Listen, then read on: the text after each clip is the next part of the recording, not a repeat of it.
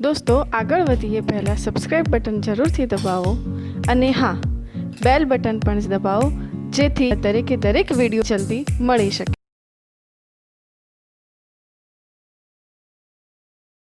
નમસ્કાર વિદ્યાર્થી મિત્રો, લેક્ચર 3 સ્થિત વિદ્યુત સ્થિતિમાન અને કેપેસિટન્સ. આપણે લાસ્ટ લેક્ચરમાં કેટલાક એમસીક્યુઝ જોયા હતા, થોડાક બાકી રહી ગયેલા છે એને આપણે અહીંયા લઈ લઈએ. મેં તમને આગળ એને જે થિયરી સમજાવી હતી, થિયરી બેઝ પર જ છે. નવી થિયરી આવશે એટલે હું તમને એના કન્સેપ્ટ સમજાવી અને નેક્સ્ટ લઈ લઈશ, બરાબર? તો આપણે નેક્સ્ટ લઈએ. એક વિદ્યુત ભારિત પોલા ગોળાની ત્રિજ્યા 10 સેન્ટીમીટર છે. ગોળાના કેન્દ્રથી 5 સેન્ટીમીટર દૂર આવેલા બિંદુ પાસે વિદ્યુત સ્થિતિમાન V છે. તો કેન્દ્રથી 15 સેન્ટીમીટર દૂર આવેલા બિંદુ આગળ વિદ્યુત સ્થિતિમાન. જો અહીંયા આગળ તમને જે શબ્દો વાપર્યા છે ને, એ શબ્દોથી તમને મૂંઝવવાની કોશિશ કરી છે. વાસ્તવમાં અહીંયા કોઈ દાખલામાં કશું જ સાર નથી, પણ શબ્દોથી સમજો. અહીંયા કે 10 સેન્ટીમીટર ત્રિજ્યા છે અને કેન્દ્રથી 5 સેન્ટીમીટર દૂર આવેલા બિંદુ પાસે વિદ્યુત સ્થિતિમાન V છે. ખાસ આને સમજો કે ધારો કે તમારી પાસે એક ગોળો છે,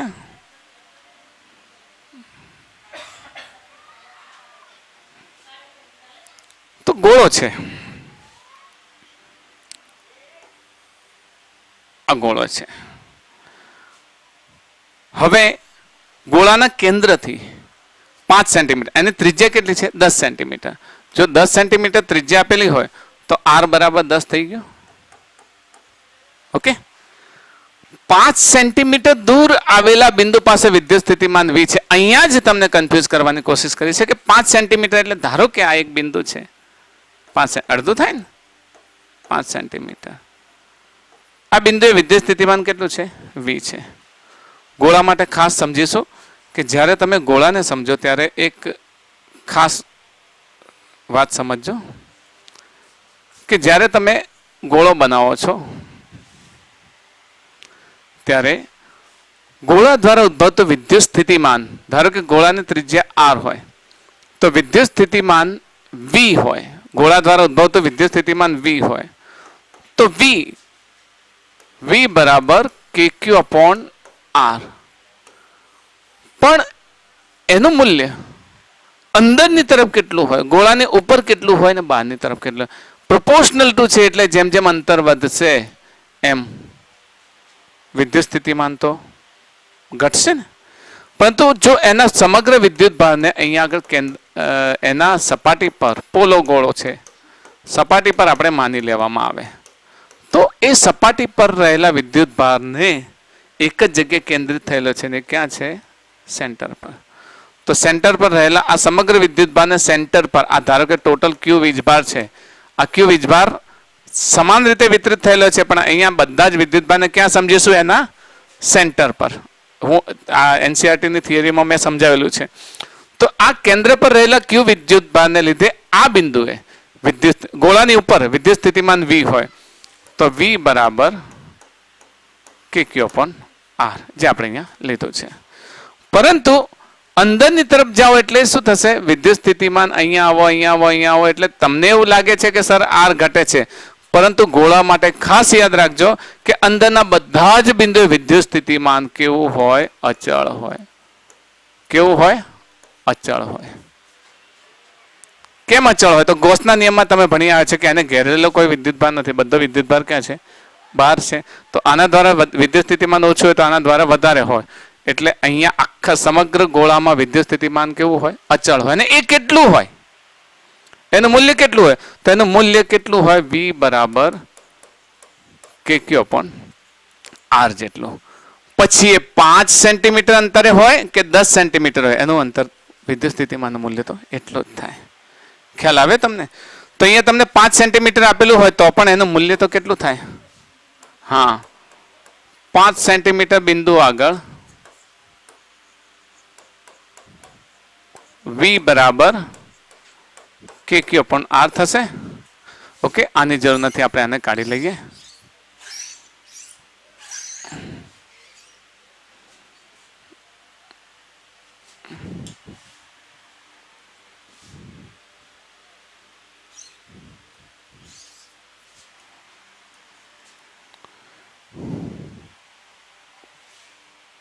જો હવે અહીં આગળ v બરાબર kq upon r.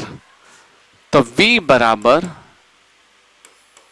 kq અને r ની કિંમત કેટલી આપી દીધી છે? 10. તો કેટલું થયું? 10. પરિણામ નંબર 1. આ કયા બિંદુ આગળ? 5 સેન્ટીમીટર વાળા બિંદુ આગળ. હવે કેન્દ્રથી 15 સેન્ટીમીટર. તો 15 સેન્ટીમીટર એટલે અહીંયાથી આ બાજુ લઈ લો, કઈ વાંધો નહીં. અહીંયાથી ધારો કે 15 સેન્ટીમીટર વાળો બિંદુ અહીંયા છે. ઓકે, એને P લઈએ, જેનું અંતર કેટલું છે? 15 સેન્ટીમીટર. તો અહીંયા આગળ આપણે શોધવાનું છે અને જવાબ બધો V માં આપેલો છે, મતલબ આના સંદર્ભમાં શોધવાનું છે. જવાબ જોશો તો શામાં આપેલો છે? બધો V માં. તો કઈ જવાબ નથી લાવવાનો, પણ કયા સંદર્ભમાં શોધવાનું છે? V માં. ઘણી વખત શું છે, જવાબ જો એના પરથી તમને દાખલા પર આગળ કેવી રીતે વધુ એ તમને ખ્યાલ આવે. તો 15 સેન્ટીમીટર અંતરે રહેલા બિંદુ માટે V ડેશ, એને આપણે શું લઈશું? V dash. અહીંયાનું વિદ્યુત સ્થિતિમાન આપણે શું લઈએ? V dash. તો V ડેશ બરાબર એ જ kq upon ઓફકોર્સ 15 r પ્રમાણે થશે ને. જો કોઈ પણ બે વસ્તુને કમ્પેર કરવી હોય તો શું કરવું પડે? ગુણોત્તર લેવો પડે. એટલે સમાન પદો શું થશે? ઉડી જશે.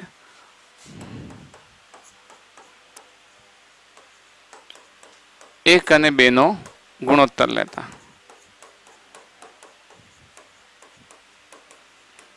ઓકે. ચલો, ગુણોત્તરમાં થોડું ઉપર લઈ લો આને. એક અને બે બંને દેખાય તો લઈએ. Okay, V upon V dash. આ kq upon 10 ગુણાકાર કહે તો આને ઉલટાઈ દઈશું ને, તો કેટલા થશે? 15 ભાગ્યા kq. યાદ છે ને ગણતરીમાં? તો આ શું થઈ જશે? કેન્સલ. 15 ભાગ્યા 10, 3/2. તો V is equals two V dash અહીંયા લઈએ, V 3/2 V ડેશ. આપણે V ડેશ જોઈએ છે, તો V ડેશ બરાબર 2/3 V થશે ને. આપણે નવું જોઈએ છે ને, વિદ્યુત સ્થિતિમાન કેવું જોઈએ છે? આપણે નવું જોઈએ છે. યાદ રહેશે, V ડેશ ઇઝ ઇક્વલ 2/3. તો આપણો આન્સર આવી ગયો ને. ક્યાં છે? 2/3 B. This is our answer. Okay. તો કહેવાનો અર્થ એવો થયો કે જ્યારે તમે આને સમજો ને ત્યારે તમને ખ્યાલ આવશે કે દાખલો તો એકદમ સહેલો જ છે, પણ તમારે ઘણી વખત શું છે કે લાઇટ નથી ઉપડતી સમયસર. એટલે kq upon r વાળું સૂત્ર છે. ગોળાની અંદર ગમે તે હોય, પણ વિદ્યુત સ્થિતિમાન તો એના કોના જેવું હોય? સપાટી જેટલું જ હોય ને. અંદર ગમે તે બિંદુ સપાટી જેટલું જ હોય. આ વાત સમજી જશો? ઓકે. નેક્સ્ટ એક દાખલો લઈએ. 10⁻⁸ કુલમ વિદ્યુત ભાર ધરાવતો 1 કિલોગ્રામ દળવાળો એક નાનો ગોળો એક વિદ્યુત ક્ષેત્રમાં 600 વોલ્ટ સ્થિતિમાન ધરાવતા એક બિંદુથી શૂન્ય સ્થિતિમાન ધરાવતા બિંદુ સુધી ગતિ કરે છે. તો તેની ગતિ ઉર્જામાં થતો ફેરફાર કેટલો હશે? ગુજસેટ 2006 માં પૂછેલો દાખલો છે. આ ગોળાની વાત કરીએ કે 10⁻⁸ કુલમ વિદ્યુત ભાર ધરાવતો 1 કિલોગ્રામ દળવાળો એક નાનો ગોળો એક વિદ્યુત ક્ષેત્રમાં 600 વોલ્ટના સ્થિતિમાનથી શૂન્ય એટલે એક એ પોઈન્ટ લઈ લઈએ જ્યાં V1 બરાબર 600 વોલ્ટ અને બીજું પોઈન્ટ લઈ લઈએ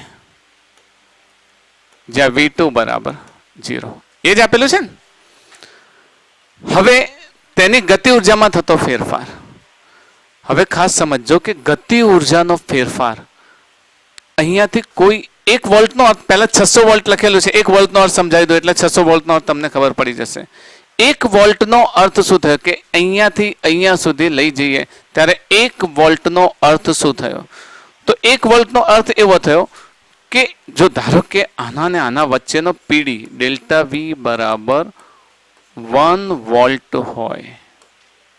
ધારો કે અહીંયા તો જો 600 થાય છે, 600 થાય છે ને, ધારો કે 1 વોલ્ટ હોય તો અહીંયા અલગથી લઈને સમજાવું તમને કે અહીંયા એક બિંદુ છે અને અહીંયા બીજો બિંદુ છે. તો ધારો કે આ બંને વચ્ચેનો એક સામાન્ય લઈ લો કે 1 કુલમ છે. 1 કુલમ હોય એટલે હવે વિદ્યુત ભારને અહીંયાથી અહીંયા મારે લઈ જવો હોય ને તો મારે કેટલું જૂલ કાર્ય કરવું પડે? 1 જૂલ કાર્ય કરવું પડે. કેટલું કાર્ય કરવું પડે? 1 જૂલ કાર્ય કરવું. તો 600 હોય તો 600 વોલ્ટ. હા, તો કેટલું કાર્ય કરવું પડે? અહીંયા 600 વોલ્ટ વિદ્યુત સ્થિતિમાનનો તફાવત છે ને અહીંયા આ V1 લઈ લઈએ અને V2 બરાબર 0 છે. તો અહીંયાથી અહીંયા વિદ્યુત ભારને લઈ જવા માટે કેટલું કાર્ય કરવું પડે? 600 જૂલ કાર્ય કરવું પડે. આ વિદ્યુત ભાર કેટલો હોય? 1 કુલમ વિદ્યુત ભારની વાત છે. કેટલો વિદ્યુત ભાર? 1 કુલમ. તો 1 કુલમ વિદ્યુત ભારને અહીંયાથી અહીંયા લઈ જઈએ તો 600 જૂલ કાર્ય કરવું પડે. આપણને વિદ્યુત ભાર કેટલો આપી દીધો છે? હા, તો આરામથી આપણે મેળવી શકીએ. કન્સેપ્ટ ખબર પડે? આ એક પોઈન્ટ, આ બીજું પોઈન્ટ. અહીંયાથી અહીંયા 1 કુલમ વિદ્યુત ભારને લઈ જાઓ છો તો અહીંયાથી અહીંયા 1 કુલમ વિદ્યુત ભારને લઈ જવા માટે કેટલું કાર્ય કરવું પડે? 1 જૂલ. યાદ રહેશે? કેટલું કાર્ય કરવું પડે? 1 જૂલ. કન્ફ્યુઝ નહીં થવાનું. આ બે પોઈન્ટ છે, એક પોઈન્ટ થી બીજા પોઈન્ટ સુધી. આ એક કુલમ વિદ્યુત ભારને ધીરે ધીરે ધીરે અહીંયા લઈ જાઓ છો કે ચાલ ભાઈ અહીંયા ચાલ તો પહોંચાડવો છે તો તમારે કાર્ય કેટલું કરવું પડે? 1 જૂલ. યાદ રહેશે? એક પોઈન્ટ થી બીજા પોઈન્ટ વચ્ચે જો વિદ્યુત સ્થિતિમાનનો તફાવત કેટલો હોય? 1 વોલ્ટ. તો 1 કુલમ વિદ્યુત ભારને અહીંયાથી અહીંયા લઈ જાઓ છે, હાથ પકડીને લઈ જાઓ, દોડાઈને લઈ જાઓ, ભગાઈને લઈ જાઓ, પ્લેનમાં લઈ જાઓ તો કાર્ય કેટલું કરવું પડે? 1 જૂલ. પણ પીડી કેટલો હોવો જોઈએ? 1 વોલ્ટ હોવો જોઈએ. ઓકે, તો આ 1 વોલ્ટ માટે તો બસ જો આ કન્સેપ્ટ તમે સમજી ગયા છો તો અહીંયા તમે આરામથી જવાબ આપી શકો. ઓકે, તો લખીએ કે 1 કુલમ વીજભારને A થી B સુધી, અહીંયા A થી B સુધી, A થી B સુધી લઈ જવા કેટલું કાર્ય કરવું પડે? 600 જૂલ કાર્ય 1 કુલમને. તો આપણી પાસે કેટલો છે? 10⁻⁸ કુલમ વીજભારને A થી B સુધી લઈ જવા W કાર્ય કરવું પડે. તો W ઇઝ ઇક્વલ્સ ટુ આનો ને આનો ગુણાકાર થશે ને. કોનો? 10⁸ અને 600 જૂલનો ગુણાકાર ને છેદમાં શું આવશે? 1 કુલમ. તો 10⁻⁸ ગુણ્યા 600 તો કેટલા થશે? 6 into 10⁻⁶ જૂલ કાર્ય. This is W. તો સિમ્પલ જવાબ શું આવશે? 6 into 10⁻⁶. Answer C. Okay, C. 6 into 10⁻⁶. અને શામાં આવશે? જૂલમાં. અર્ગ નહીં આવે. ઓકે, -6 નહીં આવે. -6 into 10⁻⁶ અર્ગ નહીં આવે. તો એકદમ સિમ્પલ. પણ કન્સેપ્ટ યાદ રહેશે. કયો કન્સેપ્ટ? MCQ સોલ્વ કરવા માટેનો કન્સેપ્ટ. બે પોઈન્ટ છે, બંને વચ્ચે વિદ્યુત સ્થિતિમાન તફાવત કેટલો? 1 કુલમ. હવે 1 વોલ્ટ અને 1 કુલમ વિદ્યુત ભાર અહીંયાથી અહીંયા લઈ જાઓ તો કરવું પડતું કાર્ય કેટલું થાય? બસ આ સિમ્પલ કન્સેપ્ટને તમે યાદ રાખશો તો આરામથી તમે આવા ગમે તે દાખલા આપેલા હશે ને તો સોલ્વ કરી શકશો. Okay, next one. એક વિદ્યુત ભાર કરને 100 વોલ્ટનું વિદ્યુત સ્થિતિમાન ધરાવતા 200 વોલ્ટનું વિદ્યુત સ્થિતિમાન ધરાવતા બિંદુ પર લાવતા. એટલે 100 વોલ્ટનું વિદ્યુત સ્થિતિમાન ધરાવતા બિંદુથી 200 વોલ્ટનું વિદ્યુત સ્થિતિમાન ધરાવતા બિંદુ પર લાવતા તેની ગતિ ઉર્જામાં 100 જૂલ જેટલી ઘટે છે. તો આ કણનો વિદ્યુત ભાર કેટલો છે? આ વાત સમજીએ એ પહેલા તમને એક પોઈન્ટ યાદ અપાવી દઉં. આપણે મેકેનિક્સમાં ભણી ગયા છીએ, ખબર છે? યાંત્રિક ઉર્જા બરાબર શું થાય? ગતિ ઉર્જા વત્તા સ્થિતિ ઉર્જા. ગતિ ઉર્જા અને સ્થિતિ ઉર્જાનો સરવાળો અચળ હોય એટલે યાંત્રિક ઉર્જા હંમેશા અચળ. યાદ આવે છે ને તમને? આ યાંત્રિક ઉર્જાના નિયમો બધે લાગુ પડે. વિદ્યુત સ્થિતિમાનમાં પણ લાગુ પડે, વિદ્યુત ભારમાં પણ લાગુ પડે. કારણ કે ગતિ થાય છે ને અહીંયા આગળ. સીધું કહ્યું છે કે એક વિદ્યુત ભાર કરને 100 વોલ્ટનું વિદ્યુત સ્થિતિમાન ધરાવતા બિંદુથી 200 વોલ્ટનું વિદ્યુત સ્થિતિમાન. પેલામાં આપણે ગુરુત્વમાં પણ આપણે કાર્ય થતું હતું, યાદ છે ને? ત્યાં પણ સ્થિતિ ઉર્જાની ગણતરી કરતા હતા. ત્યાં આપણને ગુરુત્વ ક્ષેત્ર હતું એટલે અહીંયા વિદ્યુત ક્ષેત્ર છે એટલે વિદ્યુત ક્ષેત્ર પણ બળ તો લગાડે ને. પેલામાં ગુરુત્વાકર્ષી બળ લાગતું તો અહીંયા વિદ્યુત બળ લાગે છે. કુલમનો નિયમ પણ વ્યસ્ત વર્ગનો નિયમ છે. તો તમે મેકેનિક્સના બધા જ નિયમોને સામા ઉપયોગ કરી શકો અહીંયા આગળ. તો યાદ છે ને? સ્થિતિ ઉર્જા અને ગતિ ઉર્જાનો સરવાળો કેવો? અચળ. ગ્રાફ સમજાવું કે ખ્યાલ છે તમને? યાદ અપાવું કે ખ્યાલ છે? યાદ છે ને? છતાંય એક રફ ગ્રાફ તમને સમજાવો તો યાદ છે આ પ્રમાણે હતું. આ હતી આપણી ગતિ ઉર્જા અને આ હતી આપણી સ્થિતિ ઉર્જા અને આ ગ્રાફ આપણો કેવો રહેતો હતો? અચળ. અને આપણે શું કહેતા હતા? યાંત્રિક ઉર્જા. યાદ છે? તો ગતિ ઉર્જા અને સ્થિતિ ઉર્જા, આ હું આખી વાત શાની કરું છું? મેકેનિક્સની વાત કરું છું. તો ગતિ ઉર્જા અને સ્થિતિ ઉર્જાનો સરવાળો અચળ રહે. અહીંયા પણ આપણને જે વાત કહે છે, જો આ કન્સેપ્ટને આપણે સમજીએ તો આ કન્સેપ્ટથી તમે આરામથી સમજી શકશો. ઓકે, આ કન્સેપ્ટથી તમે આરામથી સમજી શકશો. અને કાઢી દઈએ. ચલો, હવે આપણે બે પોઈન્ટ લઈ લઈએ, એ અને બી. આ એ પોઈન્ટ લઈ લઈએ અને આ બી પોઈન્ટ લઈ લઈએ. એક વિદ્યુત ભારિત કણને કેટલો વિદ્યુત ભાર છે ખબર નથી, પણ 100 વોલ્ટનું વિદ્યુત સ્થિતિમાન ધરાવતા બિંદુથી 200 વોલ્ટનું. તો હું અહીંયા V1 લઉં તો V1 નું મેં મૂલ્ય કેટલું લખ્યું? 100 વોલ્ટ. અને અહીંયા જો હું V2 લઉં તો V2 નું મૂલ્ય કેટલું લખું? 200 વોલ્ટ. તેની ગતિ ઉર્જા 100 જેટલી ઘટે છે. 100 જેટલી ઘટવાનો અર્થ શું થયો? Delta K is equals to 100. Right? Okay, અહીંયા હશે ત્યારે એની ઉર્જા અને અહીંયા હશે ત્યારે એની ઉર્જા, બંનેમાં ફેરફાર છે. કેટલો ફેરફાર છે? તો કે ગતિ ઉર્જા બદલાય છે, સ્થિતિ ઉર્જા બદલાય, પણ યાંત્રિક ઉર્જા બદલાશે નહીં, બદલાય. અને યાંત્રિક ઉર્જાને આપણે શું કહીશું? ગતિ ઉર્જા વત્તા સ્થિતિ ઉર્જાનો સરવાળો. તો અહીંયા હોય ત્યારે પણ એની ગતિ ઉર્જા વત્તા સ્થિતિ ઉર્જા. ઓકે, ને અહીંયા હોય ત્યારે પણ એની ગતિ ઉર્જા વત્તા સ્થિતિ ઉર્જા સરખી છે. અહીંયા સ્થિતિ ઉર્જા કઈ છે? વિદ્યુત સ્થિતિ ઉર્જા. ગતિ ઉર્જાને આપણે K1 કહીએ પહેલા પોઈન્ટ માટે, સ્થિતિ ઉર્જાને આપણે શું કહીએ? U1 કહીએ. અહીંયા મેકેનિક્સના નિયમ વાપરીશું ને ઇઝીલી જવાબ આવશે. અહીંયા K2 કહીએ ને અહીંયા શું કહીએ? U2 કહીએ. ઓકે, તો આપણે એ પોઈન્ટ પર હોય કે બે પોઈન્ટ પર હોય, એની યાંત્રિક ઉર્જા તો સરખી. યાંત્રિક ઉર્જા સરખી એટલે એની કુલ ઉર્જા બરાબર બીની કુલ ઉર્જા. કુલ ઉર્જા એટલે K1 plus U1 is equals two K2 plus U2. અહીંયા K1 માઇનસ K2, અહીંયા U2 minus U1. K1 minus K2 delta K. અહીંયા U યાદ છે ને? Q into W2 minus W1. વિદ્યુત ભાર તો અચળ જ છે, અચળ છે ને? W2 માઇનસ W1 મતલબ ગતિ ઉર્જા અને સ્થિતિ ઉર્જા અહીંયા આગળ બદલાય છે. સોરી, અહીંયા Q ઇન્ટુ V થશે. જરાક કરેક્ટ કરીએ આપણે.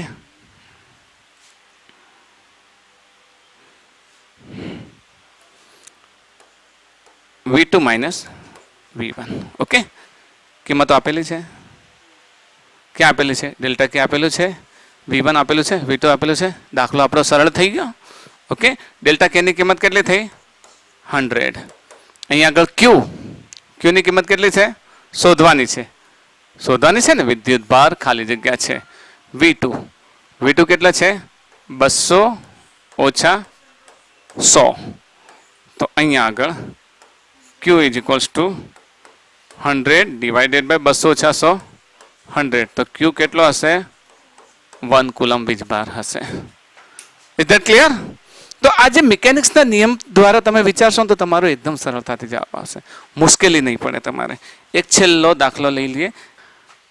આ ત્રિજ્યાવાળી અર્ધવર્તુળાકાર રિંગ પર એક એકમ લંબાઈ દીઠ લેમ્બડા વિદ્યુત ભાર છે. આ વિદ્યુત ભારને લીધે રિંગના કેન્દ્ર પર વિદ્યુત સ્થિતિમાન A K/R, B K/K πr, K π લેમ્બડા/R અને 2K લેમ્બડા 2K π લેમ્બડા/R અને અહીંયા K π લેમ્બડા. જરાક વિકલ્પોમાં પ્રિન્ટિંગ મિસ્ટેક છે. 3K π lambda, K π lambda, 2K π lambda અને ફક્ત K π લેમ્બડા. ઓકે, જો હવે અહીંયા ખાસ કહ્યું છે કે R ત્રિજ્યાવાળી અર્ધવર્તુળાકાર રિંગ વિશે વિચાર લે. ધારો કે આ અર્ધવર્તુળાકાર રિંગ છે જેની ત્રિજ્યા R છે. આર ત્રિજ્યા એટલે અહીંયાથી અહીંયા. હવે અર્ધવર્તુળાકાર રિંગ હોય તો તેના પર વિદ્યુત ભાર તમે જાણો છો કેવી રીતે સમાન રીતે વિતરિત થયેલો હોય. વિદ્યુત ભાર કેવી રીતે વિતરિત થયેલો હોય? સમાન રીતે. હવે આ રિંગનું કેન્દ્ર ધારો કે આ છે, રિંગનું કેન્દ્ર ધારો કે સી છે. ઓકે, સી રિંગનું કેન્દ્ર હોય તો સી પર તમારે વિદ્યુત સ્થિતિમાન શોધવું છે. હવે આપણે જાણીએ છીએ કે જો વિદ્યુત ભાર અહીંયાથી લઈને અહીંયા સુધી વિતરિત થયેલો છે ને, તો અહીંયાથી અહીંયા સુધી વિતરિત થયેલા કુલ વિદ્યુત ભારને શોધવો હોય તો આપણને એના માટે એક શબ્દ તો આપી દીધો છે. કયો? હા, વિદ્યુત ભાર ઘનતા. અને આ અર્ધવર્તુળાકાર રિંગ છે. રિંગ છે એટલે તારની બનેલી હોય, મતલબ અહીંયા ઘનતા કઈ છે? રેખીય ઘનતા. રેખીય ઘનતા હોય તો કુલ વીજભારનો સંબંધ આપણે જાણીએ છીએ ને, શું છે? લેમ્ડા ઇઝ ઇક્વલ્સ ટુ વીજભાર ભાગ્યા લંબાઈ. બરાબર? અહીંયા વીજભાર ધારો કે વીજભાર ક્યુ છે અને લંબાઈ, આની લંબાઈ કેટલી થશે? ટોટલ વર્તુળ હોય તો 2πr, તો અર્ધવર્તુળ માટે કેટલી થશે? πr. યસ, πr ને આને લેમ્ડા કહીએ. તો આના પરથી ક્યુ મેળવી શકીએ આપણે. Q is equals to lambda pi R. આપણને વિદ્યુત ભાર મળી ગયો. આખાને બોક્સ બનાવી દઈએ આપણે.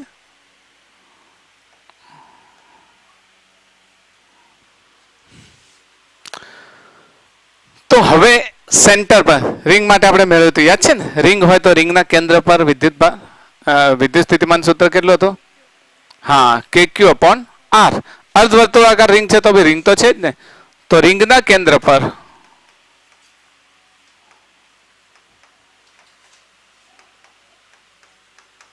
અર્ધવર્તુળાકાર રિંગના કેન્દ્ર પર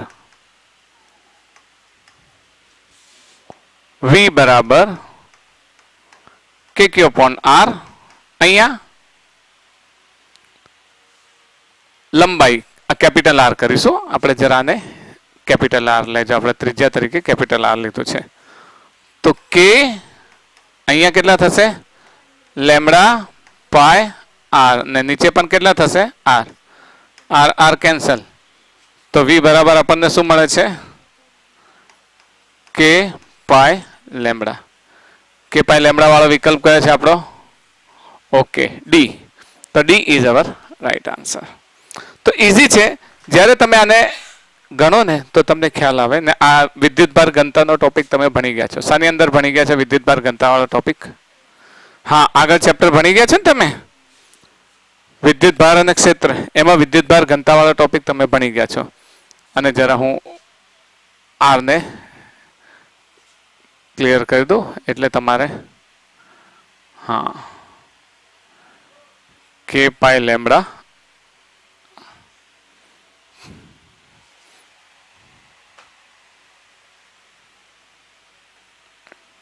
કે પાય આર. ઓકે, એટલે શું છે તમારે પીડીએફમાં ક્લિયર આવે. તો ખ્યાલ આવી ગયા આમાં? હવે નેક્સ્ટ લઈએ. હવે આપણે વિદ્યુત સ્થિતિ ઉર્જા અને વિદ્યુત સ્થિતિમાનના દાખલાને અંત તરફ જઈએ છીએ ને આપણે નેક્સ્ટ લેક્ચરમાં આપણે લઈશું ડાયપોલ. તો એકાદ બે દાખલા લઈ લઈએ જેથી તમને વધારે ખ્યાલ આવે. 9 × 10⁻15 મીટર ત્રિજ્યા ધરાવતા પરમાણુના ન્યુક્લિયસ Z બરાબર 15 ની સપાટી પર વિદ્યુત સ્થિતિમાન કેટલું હોય?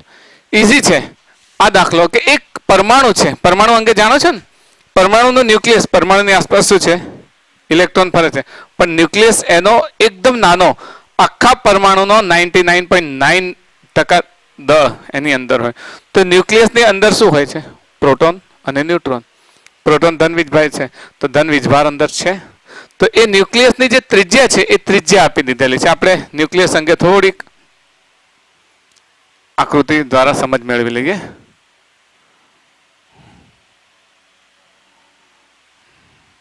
એક વર્તુળાકાર લઈ લઈએ.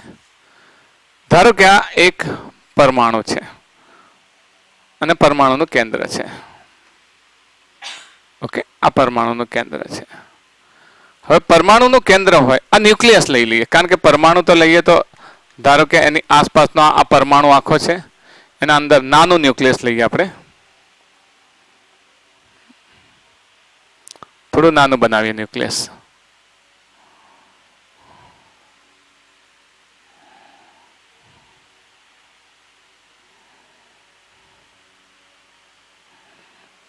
ઓકે,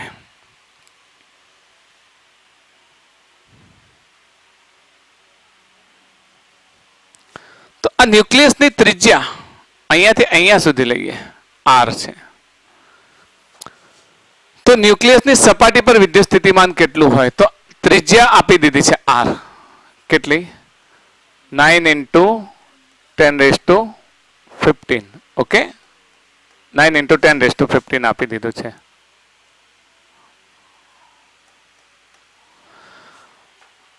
અને z બરાબર 15. z બરાબર 15 નો અર્થ શું થયો? કે એના કેન્દ્રની અંદર ધન વીજભાર જે છે એની સંખ્યા કેટલી છે? 15. પ્રોટોન હોઈ શકે, આપણે જાણીએ છીએ પ્રોટોન કે ઇલેક્ટ્રોન બધાનો વીજભાર તો સરખો છે ને, પ્રથમ ચેપ્ટરમાં શીખી ગયા. કેટલો છે પ્રોટોનનો વીજભાર? કેટલો છે? p પોઝિટિવ માટે લઈએ તો 1.6 × 10⁻19 કુલમ. આ તમે જાણો છો. ઓકે, પ્રોટોનનો વીજભાર. તો સેન્ટરમાં પ્રોટોન છે, તો આને એક ગોળો જ કલ્પી લો. આનું જે સેન્ટર છે ને એ સેન્ટરને શું કલ્પી લો? ગોળો. ને આ એની સપાટી છે. ઓકે, તો અહીંયા માટે વીજભાર વિદ્યુત સ્થિતિમાન શોધવું છે. તો ગોળાના કેન્દ્રમાં વીજભાર છે, તો એની સપાટી પર ન્યુક્લિયસ તો ગોળો જ છે ને, ચારે તરફ આખા ન્યુક્લિયસની અંદર જે આખા પરમાણુની અંદર જે ન્યુક્લિયસ છે એ ન્યુક્લિયસ વન કાઇન્ડ ઓફ એક સ્ફિયર છે, ગોળો છે. તો ગોળાના કેન્દ્રમાં, હવે આને ન્યુક્લિયસ ના સમજતા ફક્ત ગોળો સમજો, તો ગોળાના કેન્દ્રમાં જો q વીજભાર હોય તો તેની સપાટી પરના વીજભારનું સૂત્ર મેં તમને લાસ્ટ લેક્ચરમાં સમજાવ્યું છે. સમજાયું છે ને? તો કેટલું છે? અહીંયા ન્યુક્લિયસ લખીએ.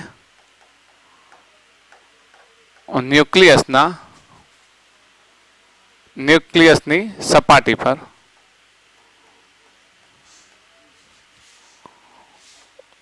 વિદ્યુત સ્થિતિમાન v બરાબર kq/r. અહીંયા q નથી આપ્યો. આપ્યો છે? q આપ્યો છે? નથી આપ્યો. પણ હા, અહીંયા જે p પ્લસ આપણે અહીંયા લઈએ છીએ ને, અહીંયા જે p પ્લસ લઈએ છીએ આપણે, એ p નથી, વાસ્તવમાં શું છે? q છે. એ શું છે? વાસ્તવમાં q છે. જાણો છો ને?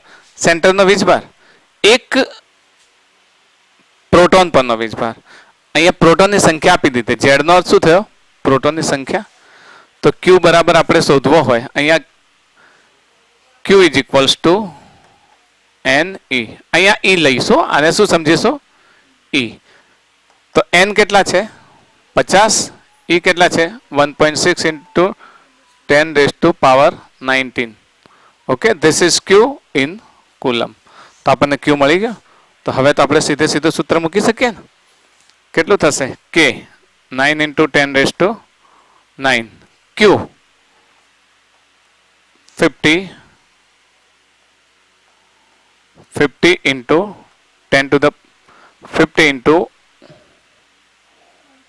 1.6 × 10⁻19 divided by r. हाँ, 9 × 10⁻15. બોલો શું કેન્સલ થશે? 9 કટ કરી દઈએ. 1685 થાય ને? 1685 એક પોઈન્ટ જતો રહે એટલે 8 થશે ને અહીંયા. 1685 અને 10 ની 19 ઘાત. 19 માંથી 15 જાય, કેટલી રહી? આ છે ને 15 ઉપર જશે. જો અહીંયા જરા રકમને કરેક્ટ કરજો. આપણે આ -15 કરી દેજો, કારણ કે પરમાણુ આટલો મોટો ના હોઈ શકે. જે પરમાણુની ત્રિજ્યા છે પ્રાયોગિક રીતે 10⁻15 મીટરના ક્રમમાં છે, એટલે આને માઇનસ કરી દો. તો માઇનસ કરશો એટલે શું થશે? આ -15 ઉપર જશે એટલે આમાંથી 15 જશે એટલે 4 રહેશે. 4 રહેશે. 4 ને 9 કેટલા થશે? 10⁵ તો અહીંયા 10⁵. હવે હજુ એક અને 8 into 10 to the power હજુ એક 0 જશે તો 10⁶. ઓકે, તો v નું મૂલ્ય આપણને કેટલું મળ્યું? 8 into 10⁶. which is our right answer? yes, b is our right answer. Okay, હવે એક લાસ્ટ દાખલો લઈ લઈએ પછી આજનું આપણું લેક્ચર પૂરું કરીએ. તો લાસ્ટ દાખલામાં 2 કુલમ વિદ્યુતભારને -20 સ્થિતિમાન ધરાવતા એક બિંદુથી બીજા બિંદુએ લાવવા માટે કરવું પડતું કાર્ય. યાદ છે ને આ દાખલો? તો આવો મેં સમજાયો હતો. એમાં આપણે એક વિદ્યુતભાર લીધો હતો લાસ્ટ ટાઈમ. યાદ છે ને? લાસ્ટ ટાઈમ વિદ્યુતભાર લીધો તો 10⁻⁹. કેટલો વિદ્યુતભાર છે અહીંયા? q is equals to 2 coulomb. 2 coulomb વિદ્યુતભારને -20 વોલ્ટ વિદ્યુત સ્થિતિમાન ધરાવતા એક બિંદુથી બીજા બિંદુએ લાવવા માટે. ધારો કે આ એક બિંદુ છે. ઓકે, આ એક બિંદુ છે અને બીજો બિંદુ છે. તો એક બિંદુ જેને v1 કહીએ, v1 નું મૂલ્ય -20 વોલ્ટ. બીજો બિંદુ જેનું વિદ્યુત સ્થિતિમાન v2 કહીએ. આ શોધવાનું છે અને કાર્ય આપી દીધું છે w. યાદ આવ્યો? w is equals two 200 joule. અહીંયાથી કોઈ પણ વીજભારને અહીંયા લઈ જઈએ તો કરવું પડતું કાર્ય જો ડેલ્ટા w હોય તો આ બંનેનો વિદ્યુત સ્થિતિમાનનો તફાવત. કરવું પડતું કાર્ય w હોય તો w is equals two q into delta v. યાદ છે ને? w is equal to q into delta v. w is equal to qv. પણ આ વિદ્યુત સ્થિતિમાનનો તફાવત મેં કહ્યું તો અહીંયા v શું છે? વિદ્યુત સ્થિતિમાનનો તફાવત. જો શૂન્ય હોય તો એકલું v લેતા હતા કારણ કે કોઈ એ બીજા પોઈન્ટને 0 લેતા હતા. પણ અહીંયાનો આપણે જાણતા નથી એટલે મેળવવાનું છે. તો w આપણને આપી દીધો છે કેટલો? 200 જૂલ. q 2 coulomb. અહીંયા v1 માઇનસ v2 અહીંયાથી પેલી બાજુ જોઈએ છે તો v1 માઇનસ v2. તો 200 divided by 2 is equals to v1 કેટલું થાય છે? -20 માઇનસ v2. v2 ને આ તરફ લઈ લો અહીંયા 100 થઈ જશે ને. તો v2 is equals two -20 plus 100. તો v2 કેટલા મળે છે? 80 વોલ્ટ. Okay, 80 volt. તો આપણો રાઈટ આન્સર કયો થશે? b is our right answer. તો આપણે આ જે લેક્ચરમાં છે એ વિદ્યુત સ્થિતિમાન અને વિદ્યુત સ્થિતિ ઉર્જાને લગતા ઘણા બધા દાખલા જોયા. હવે નેક્સ્ટ લેક્ચરમાં JEE નીટ માટે આપણે હવે ડાયપોલ વિશે સમજીશું. પહેલા ડાયપોલની કમ્પ્લીટ થિયરી સમજીશું અને પછી ડાયપોલ વિશે આપણે થોડાક એક્ઝામ્પલ લઈશું.